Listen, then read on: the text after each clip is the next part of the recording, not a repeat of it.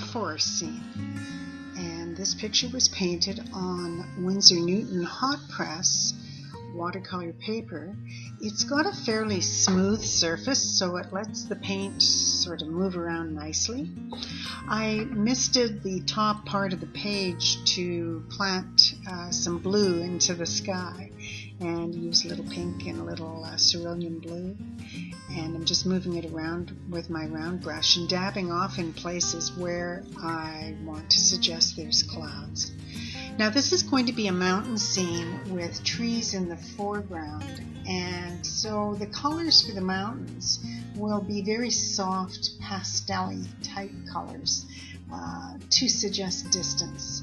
And in between the ridges, I'm dabbing away at some of the color just to create a bit of a sense of cloud or mist in the areas between the mountains. And as the view becomes closer to the foreground, the colors will get a little more vibrant and darker.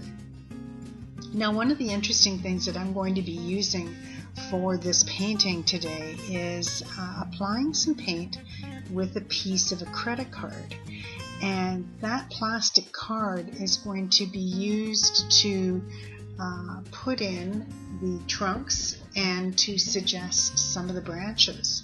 And you'll see in a few minutes, once I get all of the ridges in place, how I do that. Now, I've only misted the top part of the page, so as I'm putting these mountain ridges in place, they're going down on dry paper, and then I am softly blending them out and touching them up with paper towel again, as I said, to suggest fog or a bit of cloud between the ridges. Now I'm getting more into the foreground area, and the colors are going to get a little deeper and darker.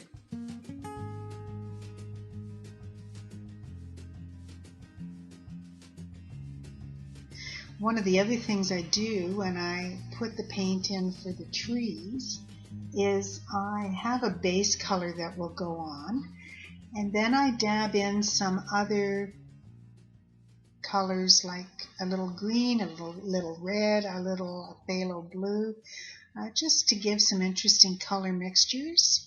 And so here you can see me popping in the branches, and the bits of paint that are going on for the branches, it's fairly wet, and that's to allow for the movement of the additional paint that I apply to the page. Another thing that I'll do as my colors start to move around and blend is I will pull out some of the color with a dry paper towel or a dry brush to stop the paint from drying into sort of a dark mass of color. Again, just to give some softness and to be able to suggest the light playing on the branches of the trees. And after I've used the card to scratch in the different shapes, then I go back to a finer, narrow, round brush to add some additional pops of color.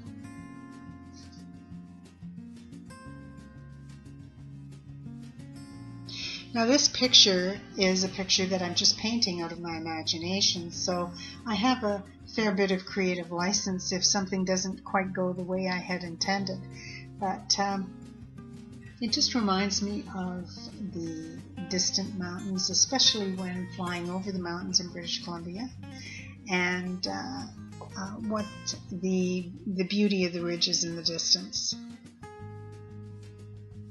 I've also used that credit card to scratch in some grasses at the bottom for the forest floor, and then I will go in and I will add a cluster of smaller trees in the distance, again using that same technique, putting in the trunks for the trees first, and then taking the corner of the card, dipping it in some paint and moving it around to suggest where the branches would be.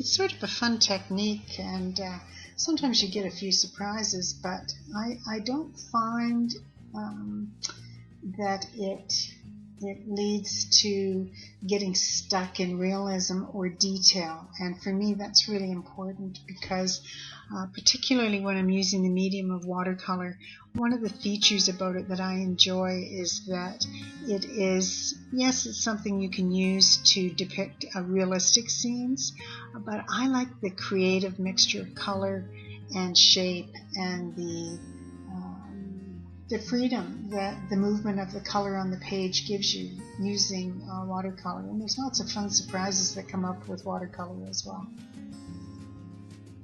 So I'm adding in the forest floor here and suggesting some shadows under the trees. And again, going back and forth between using the card for mark making or the brush to add some other colors in. And here's the final picture. I hope you enjoyed watching this video. This was a fun painting to do, and thank you for watching.